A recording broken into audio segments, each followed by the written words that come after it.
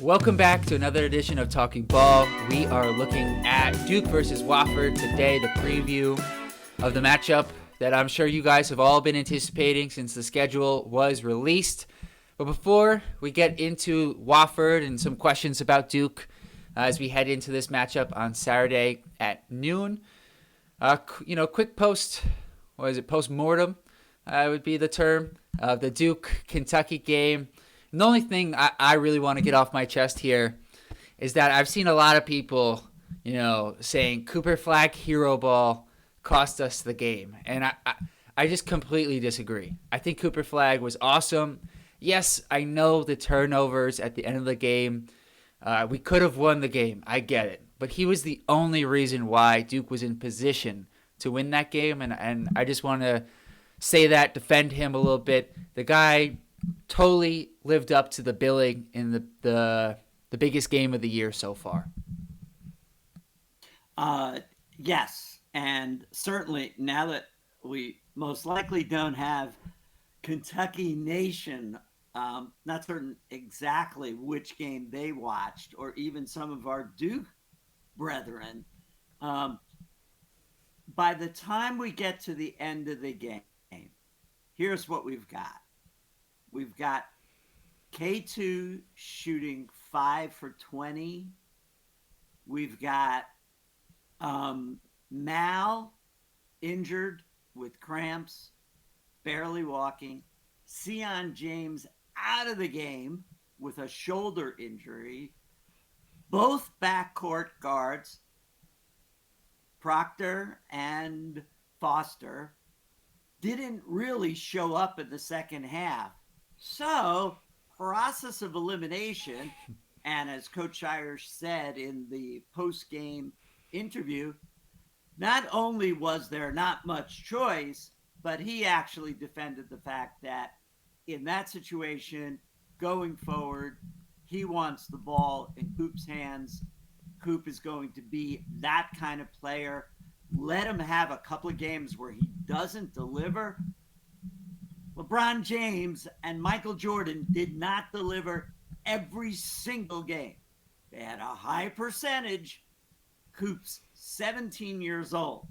And so there was no choice at the end of the game but to put it in there. Now, one of the things that Coach Shire did mention was he could have done a better job in setting up Coop for his shots.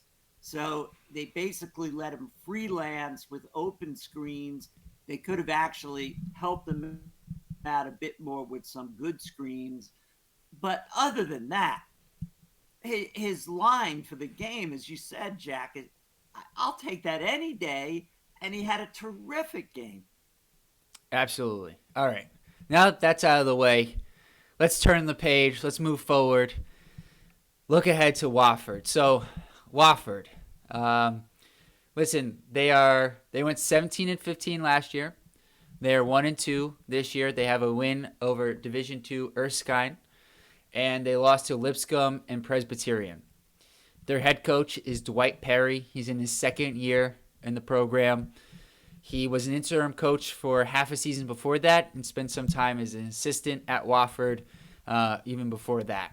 And while they're 1-2 to start the year, they were picked fourth in the preseason poll in the Southern Conference, and they had two preseason all-conference selections in Kyler Filowich, who is their senior center, who's 6'9", and Corey Tripp, who's their senior guard, who's their leading scorer from last year, who's 6'3". And this is a team that plays 10 guys. We just saw a team that played 10 guys in Kentucky. And no one is playing more than 26 minutes. The two guys I just mentioned, each are playing 26 minutes, but it's well balanced, I would say. And they're a little bit of a smaller team compared to Duke, although most teams, I guess, will be. And it'll be a good test for the Blue Devils in how they bounce back after the loss to Kentucky. I think that's certainly true. So let's turn to what are we looking for? We're definitely looking for a full game however many minutes that is, from Foster and Proctor, you can't disappear on us. In which case, does he give minutes to Isaiah Evans and to Darren Harris? Who's the other guard? And Darren Harris. Darren Harris could have been really important down the stretch to us with a 40% three-point shot. So this is a great opportunity to give them some time. Although we know the history of Duke, it's that 8-man rotation. But sorry, if your starting backcourt is not going to show up in the second half, there are 2 other guys that can step in. Let's give them some minutes. Yeah, and quickly, just before we jump ahead to the Duke questions heading into this game, got a little bit more on Wofford, on the Terriers there. They are from South Carolina. Please do.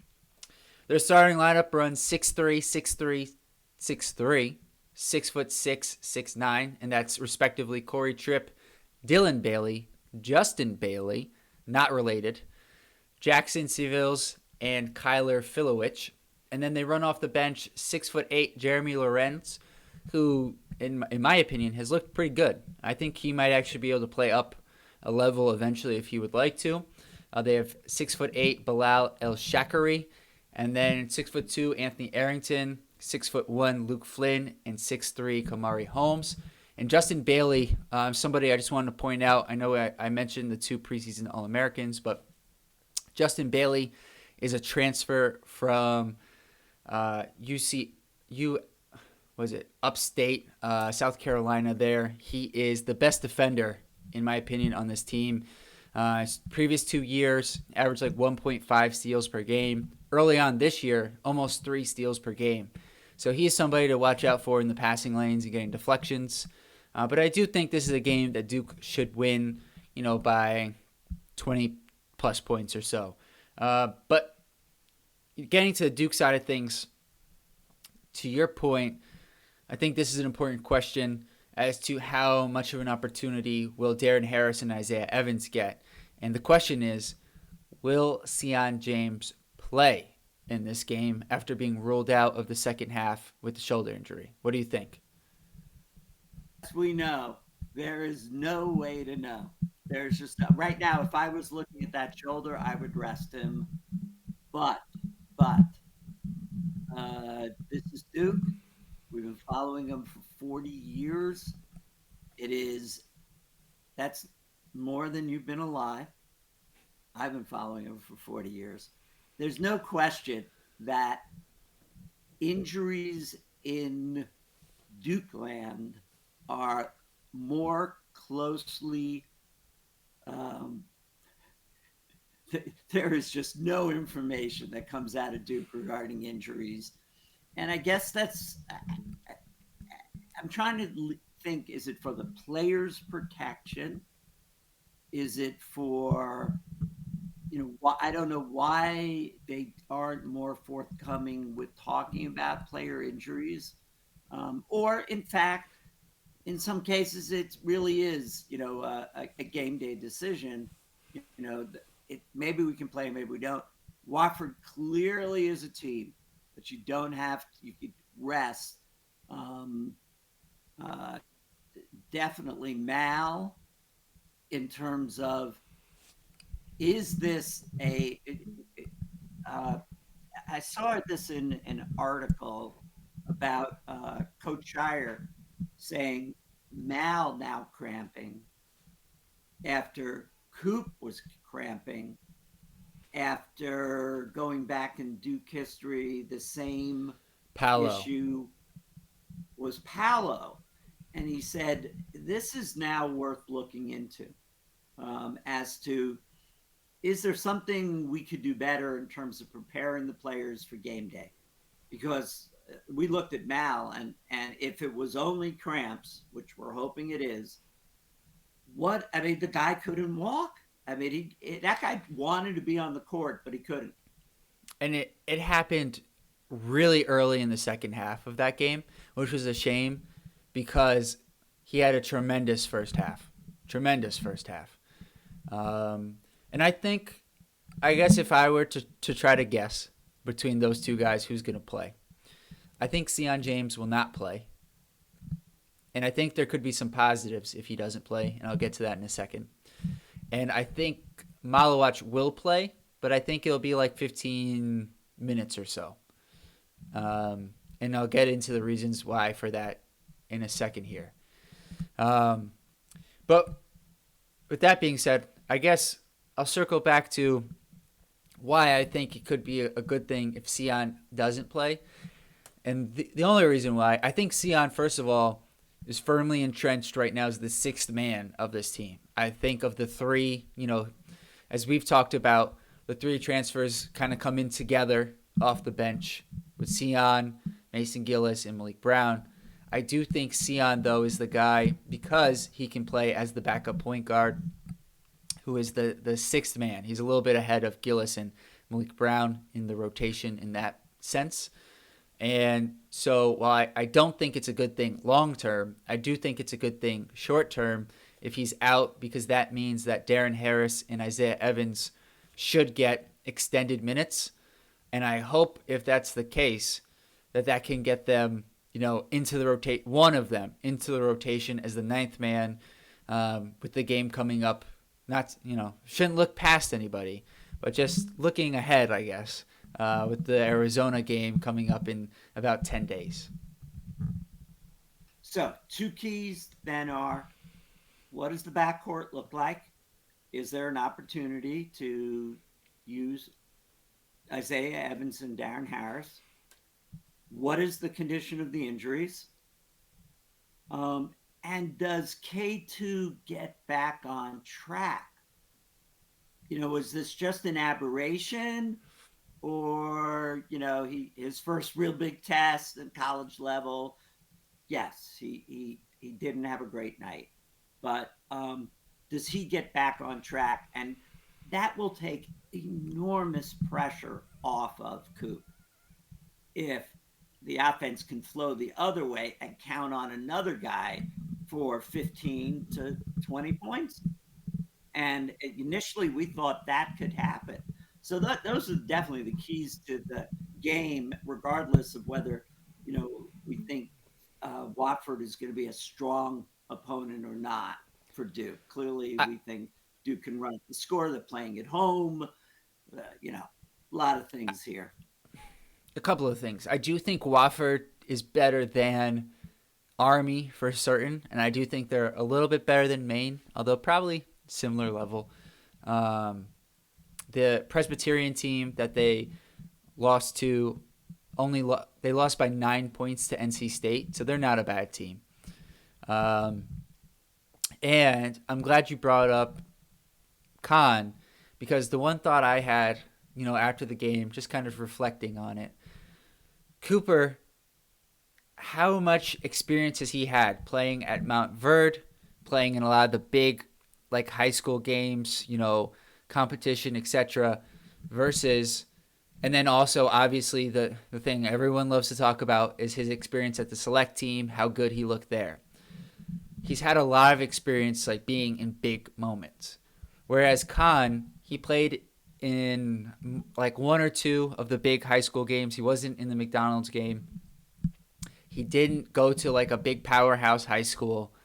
This was one of his, first experiences in a game of this magnitude, where it's on national television. It's a Champions Classic. You're playing against Kentucky. It's a huge thing. And as we both talked about in the post game, he looked a little bit nervous the first 10 minutes.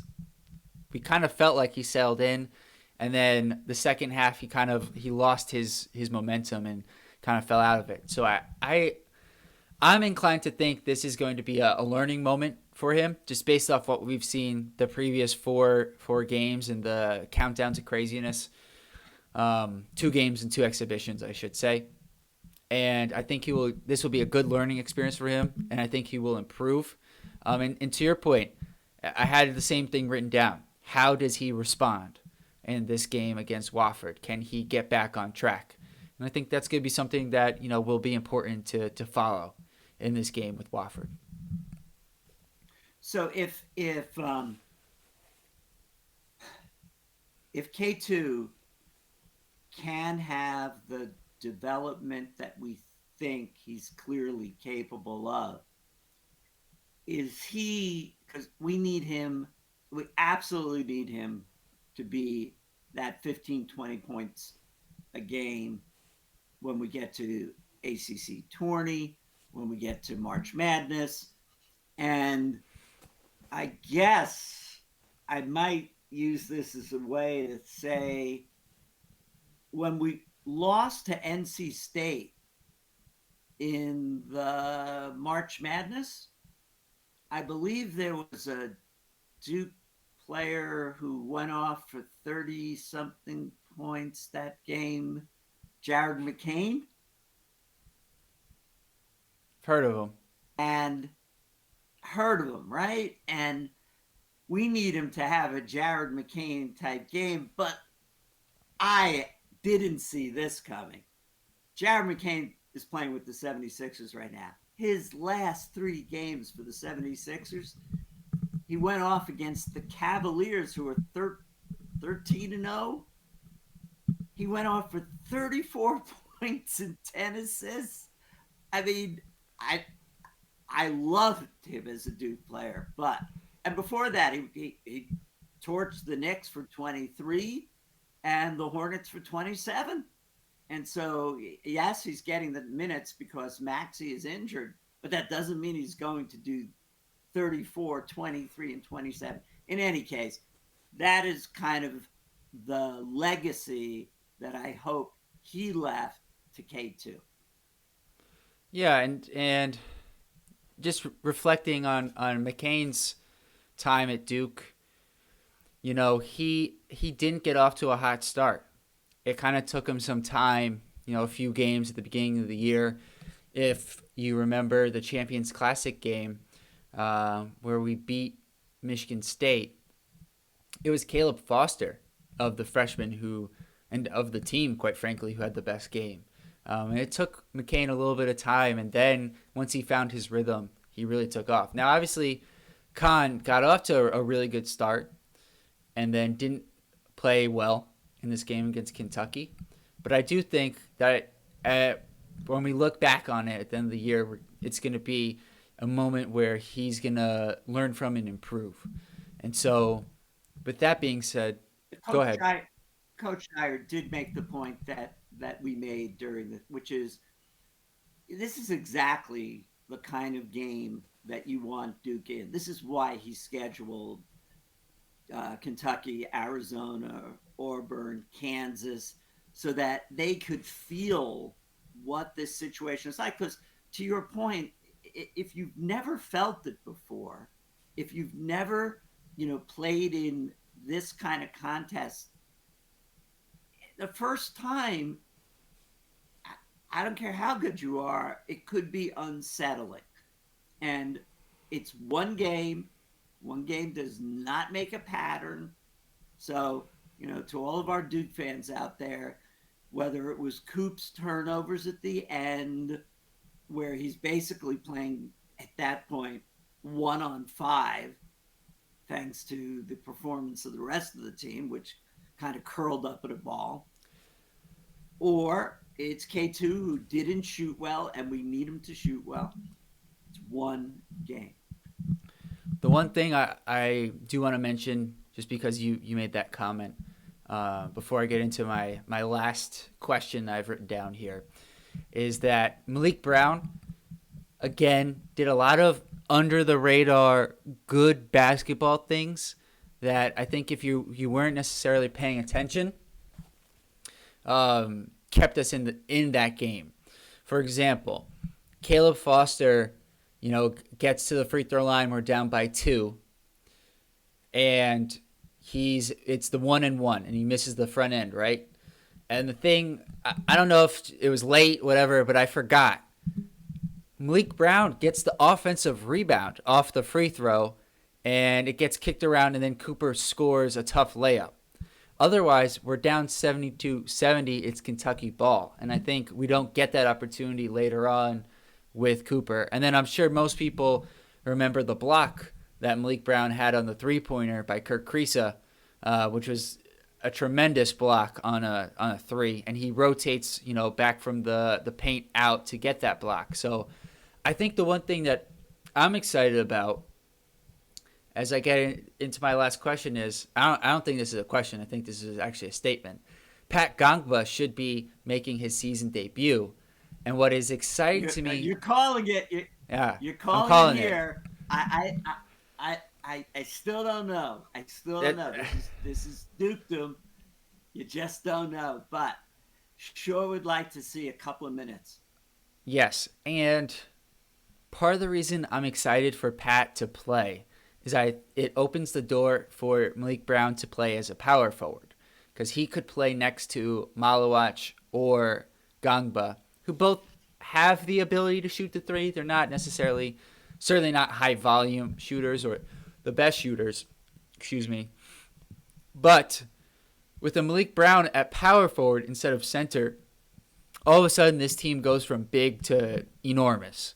And if you start, especially if it's, Flag, Brown, and either Malawach or Gongba at center, you're going 6'8", 6'9", 7-footer or 7'2".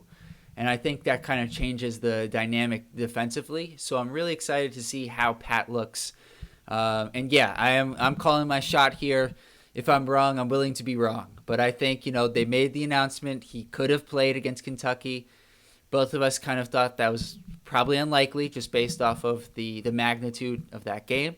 But I think this is a great opportunity, as long as things go well, for Duke, for Gongba to get, a few minutes, as you said, in this matchup versus Wofford. I'd like to see it happen because we don't know the extent of Sion James's shoulder injury. And I'd love to have another big guy weapon to be able to put in the game, especially if Mal is subject to cramps. Is this a one-time thing? Again, something to look for. Do any of the Duke players have cramping issues? But Duke's trainer, Jose, he'll figure it out. And with that, I think it's a good time to wrap it up. We're excited to get back on track for Duke against Wofford. And it'll be a good time. So it'll be Saturday at noon. We'll be doing the post game right after the game. So probably 2:05, 2:10, somewhere around then. So you'll see us back here then. If you're new to the channel, subscribe. We'll be covering Duke all year long. I'll also do some NBA draft stuff as we get closer to the end of the season. Hit that like button. Helps us grow. Let us know what you think in the comments below. Share it with a friend. And with that, we'll see you next time. Peace.